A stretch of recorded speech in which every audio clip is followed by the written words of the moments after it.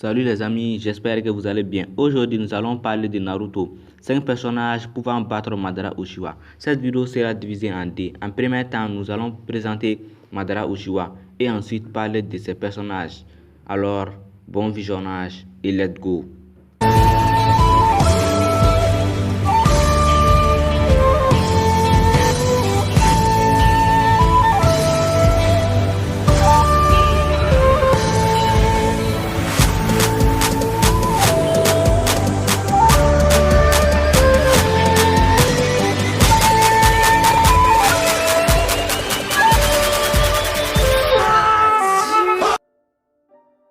Madara Uchiwa fut l'un des ninjas les plus forts de son époque, si ce n'est l'un des meilleurs shinobi qui n'ait jamais existé. Chef du clan Uchiwa, sa puissance n'est plus à en discuter. Bien que les Uchiwa faisaient partie de l'élite, grâce à leurs talents extraordinaires, Madara avait des compétences bien plus avancées, acquises par talent naturel mais aussi par des entraînements intensifs. Ses techniques d'effet de combat et de pupilles étaient d'un niveau bien supérieur comparé à ceux de Itachi ou de Sasuke. Avec le Mangekyou Sharingan éternel, il put rivaliser avec le clan Senju et notamment avec leur chef Hashirama Senju, connu comme le plus fort ninja de son époque, son unique et éternel rival. Son nom est craint de tous, mais même par les ninjas d'aujourd'hui. Voici les 5 ninjas capables de battre Madara Uchiwa. Naruto Uzumaki. Naruto fait partie des ninjas capables de battre Madara. Après avoir rencontré l'ermite Rukudo, il obtient le chakra des bijoux. Naruto obtient un nouveau manteau de chakra avec 9 sphères de vérité flottant derrière lui comme le Jinchuriki de Shunju. Naruto peut utiliser le pouvoir de chaque bijou et en mode ermite de façon permanente. Grâce à l'ermite Rukudo, Naruto obtient une puissance unique capable de rivaliser avec Madara mode 6 semaines.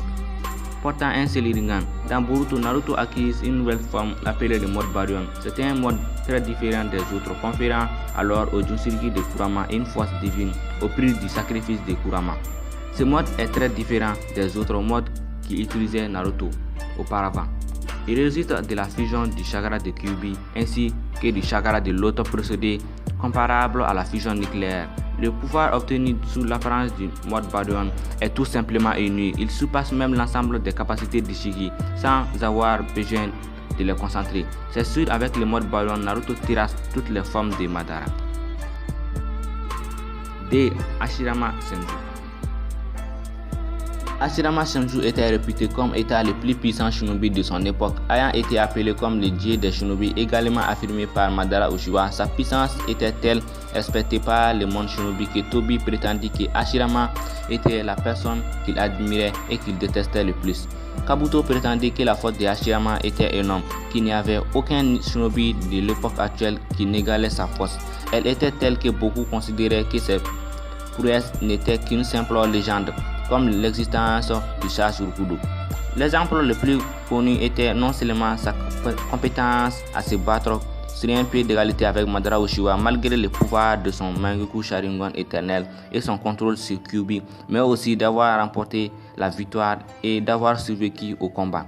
Comme preuve posthume de la puissance de Hashirama, Madara affirma qu'étant le seul des deux en vie, le paysage ne devrait pas changer aussi drastiquement que si Hashirama était là, lui aussi. Une référence au combat qui créa une vallée entière. Sasuke Uchiwa.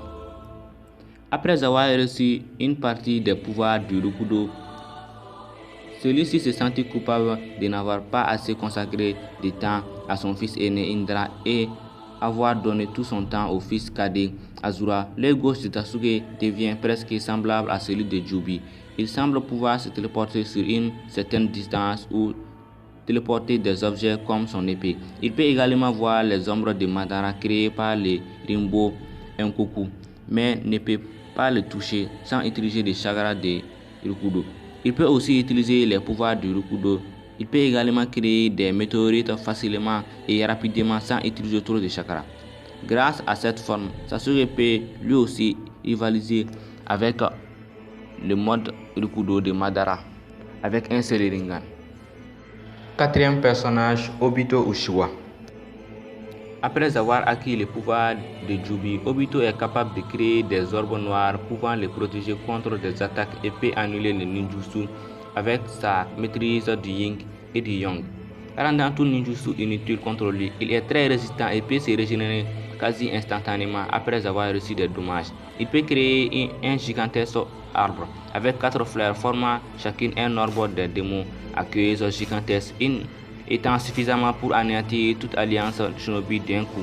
Il peut également former une barrière de puissance supérieure à celle formée par les 4 Hokage, tout en continuant à bouger grâce à des récepteurs de chakra qu'il envoie aux 4 coins du champ de bataille. C'est sûr qu'avec cette force, il est capable de battre Madara sans problème.